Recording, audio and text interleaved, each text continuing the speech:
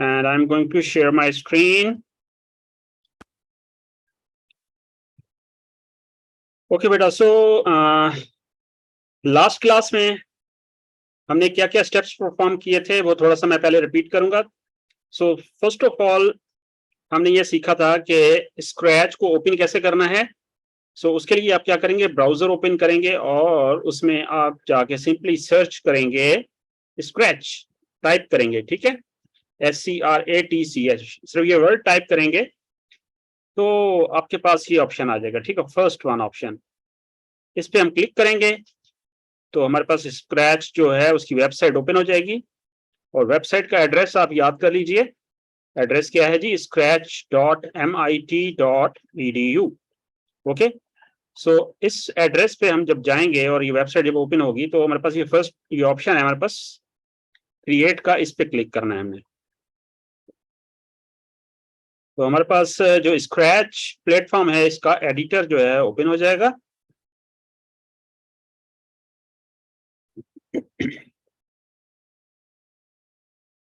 Okay बेटा, सो आज हमारा जो टास्क है वो हमने, जैसे कल मैंने आपको बताया था कि हम जो हमारा पहला प्रोजेक्ट है गेम का, मेज गेम, वो हमने स्टार्ट करनी है. सो उसके लिए कुछ बेसिक्स हैं.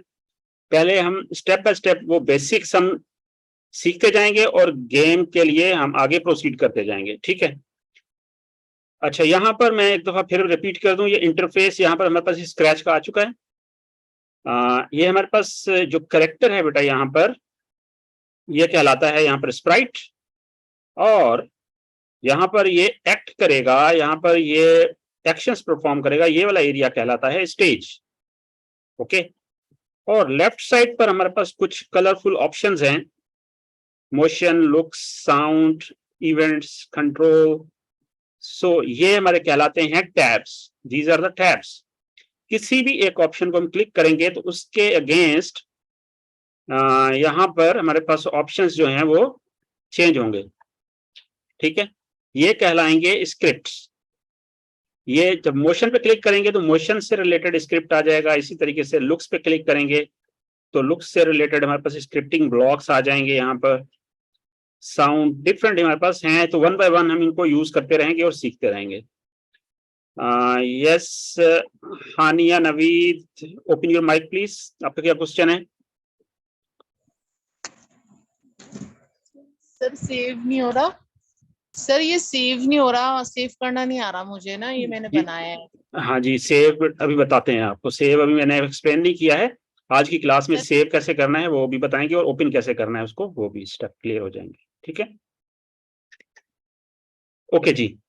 तो बेटा यहाँ पर हमारे पास ये डिफरेंट टैब्स हैं और टैब्स के साथ जिस भी टैब पे हम क्लिक करते हैं तो वहां पर हमारे पास ब्लॉक्स आ जाते हैं. अब इन ब्लॉक्स को हमने अप्लाई कैसे करना होता है, ये हमारे पास सेंटर में हमारे पास ये एरिया है, इस एरिया को हम कहते हैं स्क्रिप्टिंग एरिया. ठीक है, तो वहां पर हम जितने भी ब्लॉक्स हैं जो हमने अप्लाई करने हैं वो यहाँ पर लेके आते हैं. सो कल हमने कुछ ब्लॉक्स अप्लाई किए थे. यहाँ पर कोई एक, यहाँ पर मोशन में गए थे और यहाँ से हमने एक ब्लॉक यूज किया था, glide 1 second to random position. इसको जस्ट ड्रैग करके लेके आना है. सो अगर आप में से कुछ बच्चे न्यू हैं लैपटॉप या कंप्यूटर पे, तो ड्रैग के फंक्शन को क्या कहते हैं जी, कैसे होता है ये? लेफ्ट माउस बटन को प्रेस करके रखना है और फिर माउस को मूव करना है. ठीक है, तो इस फंक्शनैलिटी को, इस एक्शन को कहते हैं ड्रैग. ओके, सो ड्रैग करके यहाँ पर हम ले आए और ये हमें ब्लॉक क्या कह रहा है जी, glide 1 second to random position. ठीक है, अगर इस पे हम क्लिक करते हैं तो हमारा जो स्प्राइट है वो मूव कर रहा है. ठीक है, रैंडम पोजीशन पे. सो अब फर्दर ये कल हमने बहुत सारे इसमें डिफरेंट ब्लॉक्स ऐड किए थे और हमने एक्शंस, हमने कुछ एक जो है वो रैंडम पोजीशन में हमारा जा रहा था स्प्राइट, और साउंड ऐड किया था. सो बेटा अब इसको हम यहाँ पर रिमूव कर दें इस ब्लॉक को, और आज का जो हमारा टॉपिक है उसमें हम प्रोसीड करते हैं.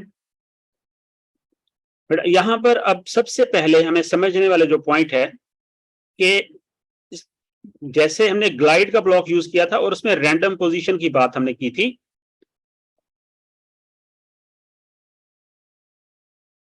नो बेटा, अभी आप कुछ भी नहीं करेंगे, साइड बाय साइड नहीं करेंगे.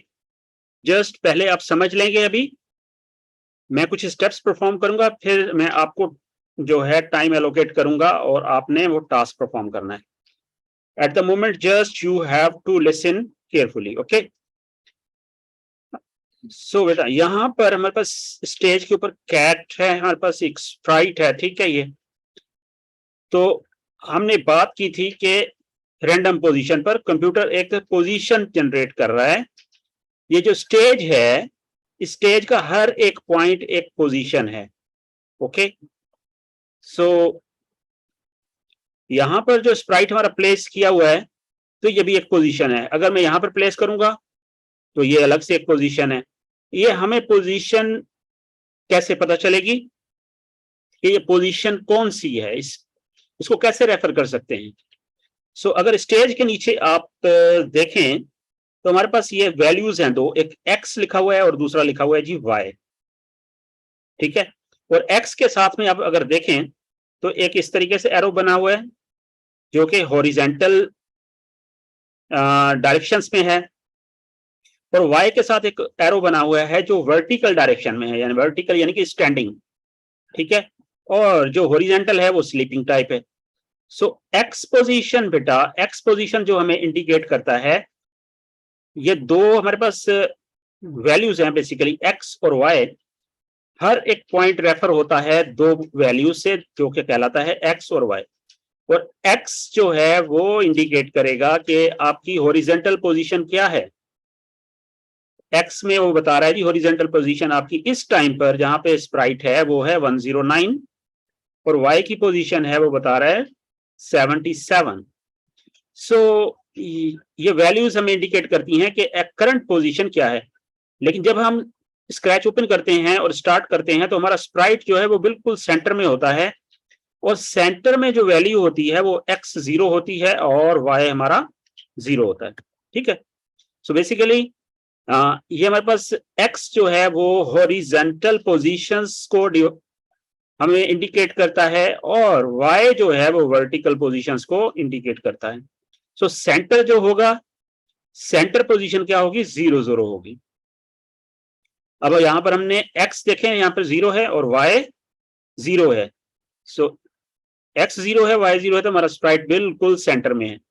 अगर मैं x की वैल्यू इंक्रीज करूं, मैं यहां पर कह देता हूं 100, और मैं एंटर प्रेस करूं, तो अब देखिए कि मेरा स्प्राइट जो है वो राइट साइड को चला गया है, ठीक है।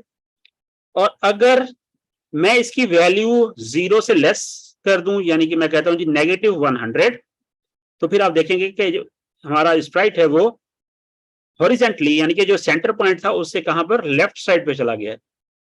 सो अगर हम x की वैल्यू में,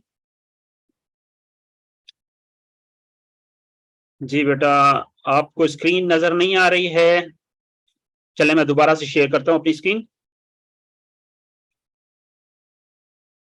बेटा यहां पर जो हमारा x है वो हमें क्या करता है जी, किस चीज को इंडिकेट करता है, हमारी हॉरिजेंटल पोजीशंस को। अगर x 0 से ग्रेटर होगा तो हमारा स्प्राइट सेंटर से राइट साइड पे होगा, ओके। और अगर जो है हमारा स्प्राइट सेंटर पोजीशन से लेफ्ट साइड पे होगा तो वो हमारा नेगेटिव वैल्यू में आएगा, ठीक है। सो इसी तरीके से y जो है, y 0 है तो इसका मतलब है सेंटर, वर्टिकली सेंटर पोजीशन, ठीक है।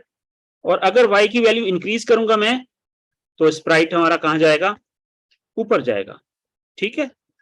और इसी तरीके से अगर y की वैल्यू नेगेटिव होती है, 0 से लेस होती है, तो वो क्या होगा जी, हमारा स्प्राइट सेंटर से नीचे चला जाएगा।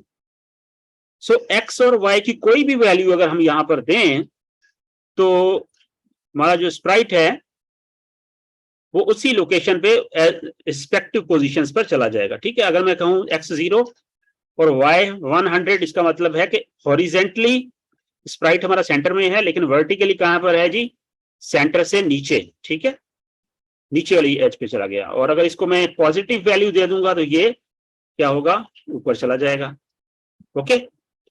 तो अब इन्हीं बेटा दो चीजों को हम चेंज करके, सबसे पहला काम अब हमारा ये है कि हमने अपने जो स्प्राइट है इसको मूव करना है, कहां, left right up and down, ठीक है।